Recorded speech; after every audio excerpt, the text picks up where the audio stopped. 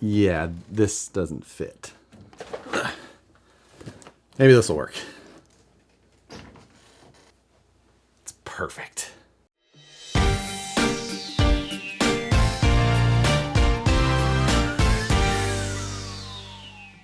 What's going on, everybody? This is the SCX6, a 1/6 scale axial scale crawler.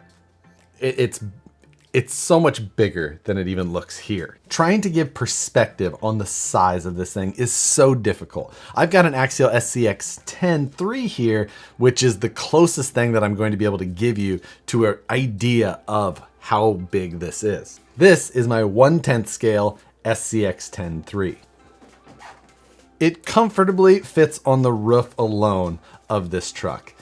And the mass of it is what even further separates these two from each other. While the new SCX6 is almost twice as big as the SCX6, the mass goes up in a much different way. This truck, over 20 pounds versus my 7 or 8 pound SCX6. When this truck showed up, I knew that I needed to get a different frame of reference for it to be able to really understand it. So before getting ready to come shoot this vehicle, I took this truck out and got on the rocks with it so that I could really get an idea of what this truck is about. And the most important thing I want to hit on is that this is nothing like the step between a 1.9 to a 2.2.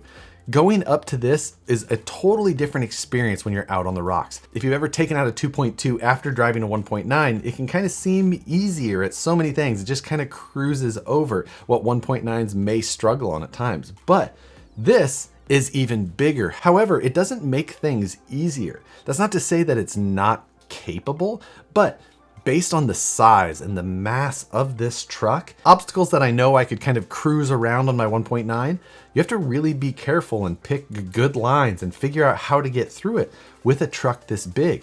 It's so much larger and longer and wider that it doesn't fit through the same areas. You have to really look at the line, and you really have to kind of be careful because it's a big truck and there's a lot of weight and things can go wrong with that. There's a lot of forces that could go into it and cause breakage or hurt you if it came down onto you.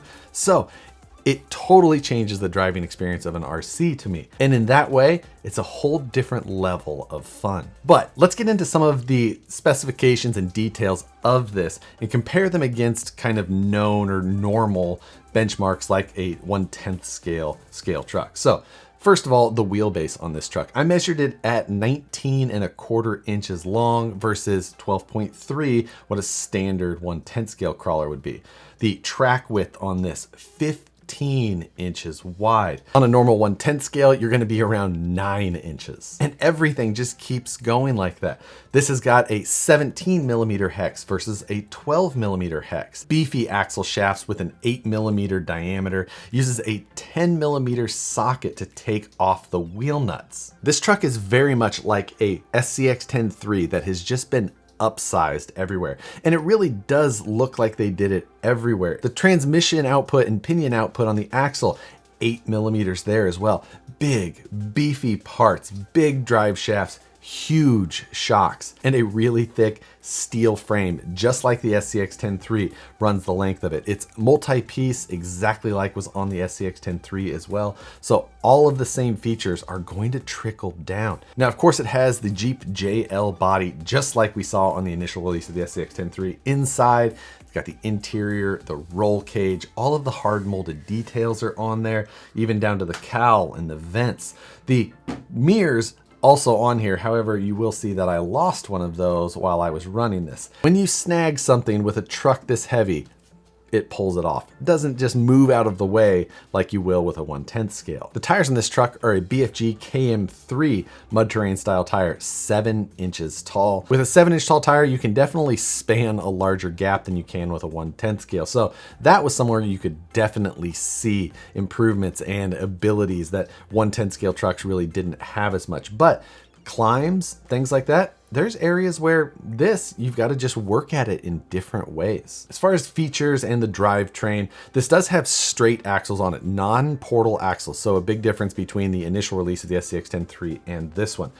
With a truck this big and this heavy, those portals would definitely be under a huge amount of stress. So instead, they've got AR90 straight axles underneath of this. Looks very much like the SCX6 straight axle versions, just upsized to fit this massive truck. Those AR90 axles are connected to a center-mounted 2-speed transmission. It's obviously a transmission that we've never seen before. It is a 2-speed and it does have a brushless system installed.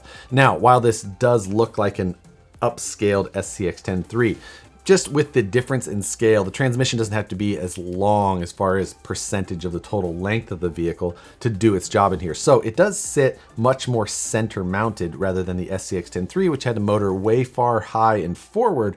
This one, the motor sits nice and low, and the motor is enormous. The 2-speed has a nice split in ratios between first and second gear. In first gear or low gear, it's got a 64-to-1 ratio, so nice and low. And in second gear, 35-to-1, so a big noticeable difference between them. Normally, I am not a 2-speed fan. I've said that many times, but in a truck this size with the mass that it has, I will eat my words and say that the 2-speed in this is really nice to have. First gear, down low, technical crawling is much more controllable, and I think that it's just a really good ratio for this system.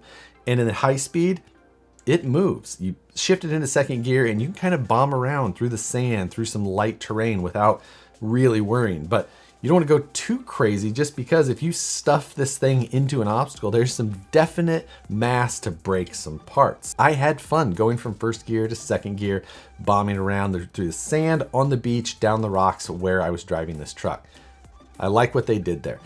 The 2-speed isn't perfect. It shifts well, but there's times when it could use a little bit of work. The servo seems to do okay, but the mounting of the servo and just keeping everything nice and aligned could maybe use a little bit of beefing up. But it's more than reasonable out of the box with how it works. It just isn't always 100%. As soon as you hit the button, it shifts gears. It gets there eventually. The steering servo in this truck is the Spectrum S905, which is about a 500-ounce servo, which is a lot of servo most of the time. But with the truck this weight, the steering servo is the one thing in the entire truck that maybe not the most enjoyable experience. You can tell that it's a little bit lacking in power. It's not a full 1/5 scale size servo, although there is mounting provisions in this front area to mount larger servos. There's adjustable mounts up there to be able to move things around. Large scale servos are going to be the route you're going to want to go with this truck.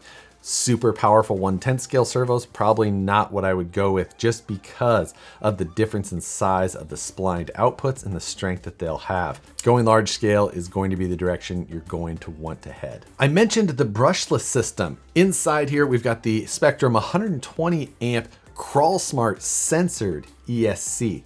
Now that ESC is mounted up front next to the steering servo underneath of the scale style engine cover, which is still missing one of the valve covers, just like the SCX6.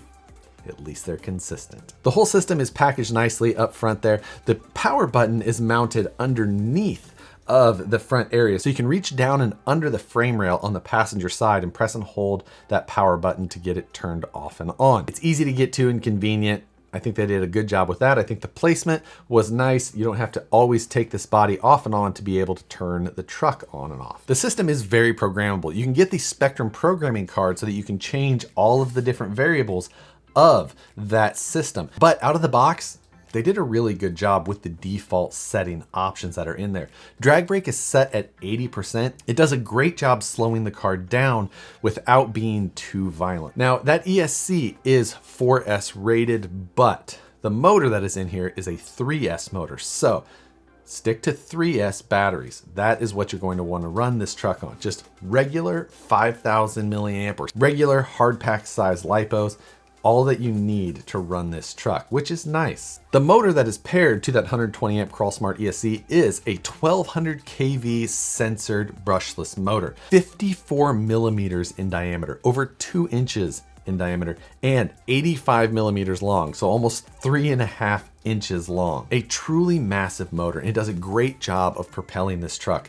At no time while driving it did I want for more out of it. Did a great job in the slow and technical, and it pushed the truck as fast as I really wanted to push it out of the box. The brushless system that comes in this truck has got to be a significant portion of the overall cost of this unit. The radio that comes with the truck, very typical DX3. The shifting is done on the AB button here down by the pistol grip. Super easy, did its job. It does have the smart technology, so if you're using the Spectrum Smart batteries, you can get your actual battery value there.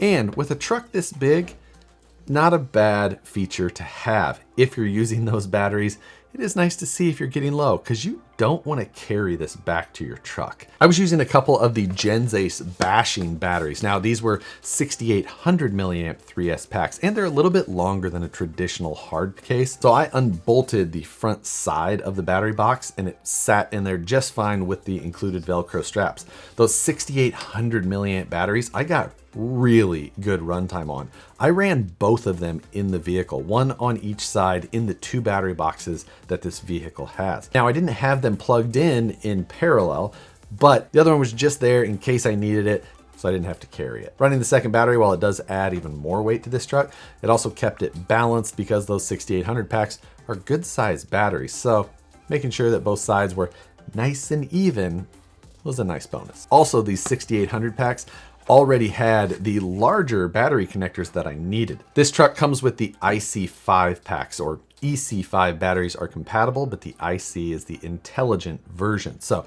if you've got intelligent packs already with that IC5 connector, you'll be fine. To get this big Jeep body off, you have to remove 4 body pins that are located in the same place that you will have found them on your SCX10 III if you've got one.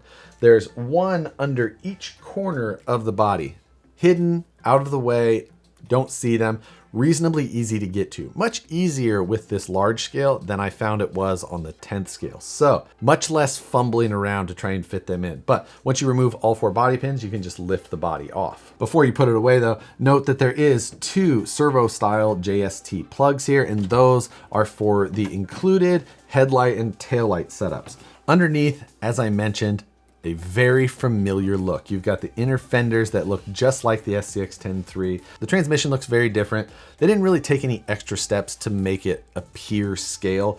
It doesn't sit in a forward manner or anything like that to try and do that, but I think that the motor position is much better in this than the SCX10 III. Not nearly as high, so a little bit better performance as far as that side of it goes compared to its smaller twin. Beyond that, it just really looks very familiar. The receiver box is up front underneath of that motor cover, so a small difference there. The battery trays here on the side. There is also an additional battery mounting position here behind the transmission. So if you only wanted to run 1 pack and you still wanted it to be balanced, you could put it there, although it would be a little bit further towards the rear of the vehicle. The suspension on this truck uses some massive coilover shocks that do a great job controlling this. Feels decently planted. It's got some body roll just when you're throwing it around in the sand or whatnot, just as you would expect with that much weight flopping around, but it doesn't seem overly out of hand. It feels like a Jeep like this would if it didn't have a sway bar, which this doesn't. The suspension links on this are some super thick 8mm diameter stainless steel. The front is set up with a 3-link and panhard setup, and the rear is a triangulated 4-link, just like almost every scale truck that's come out in the last several years. Now, when reinstalling this body, you may also run into some familiar experiences.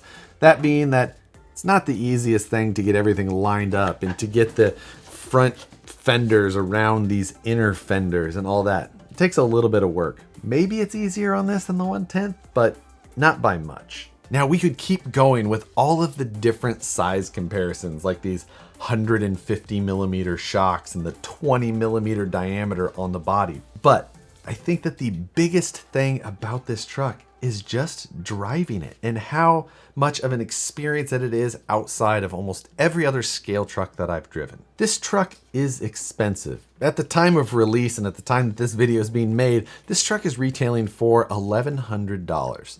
That's not an inexpensive truck by any means. Now, not to say that a lot of us don't have that much or more in 1/10 scale cars, but this is an expensive, ready-to-run truck right out of the box. However, I think the value is there.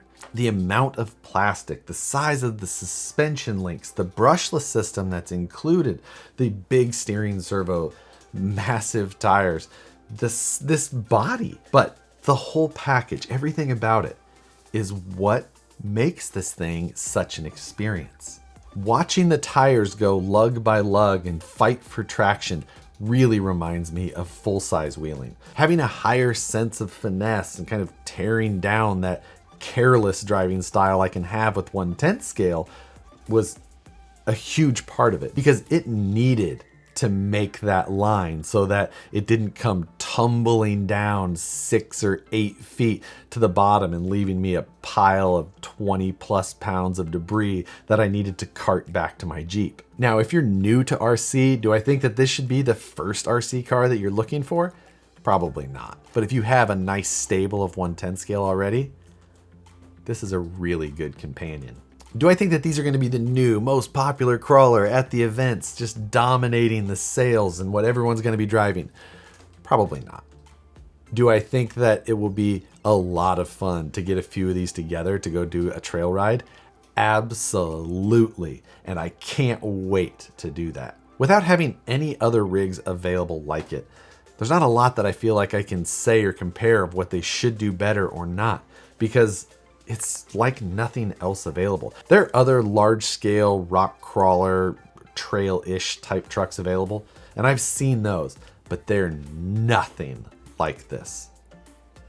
This is really one of a kind so far. I absolutely stand behind saying that this is an awesome new release. Just don't stand like right behind it if it's on something pretty tall. With that, thanks for watching this. Make sure to hit the like button if you enjoyed this video. Subscribe if you're not already. Hit the notification bell so you see more videos of the SCX6 once I have a chance to get it back out on the rocks, and hopefully soon with more than just one, because I think that is when the fun is really going to amplify. Thanks again for watching, and we'll see you on the next one.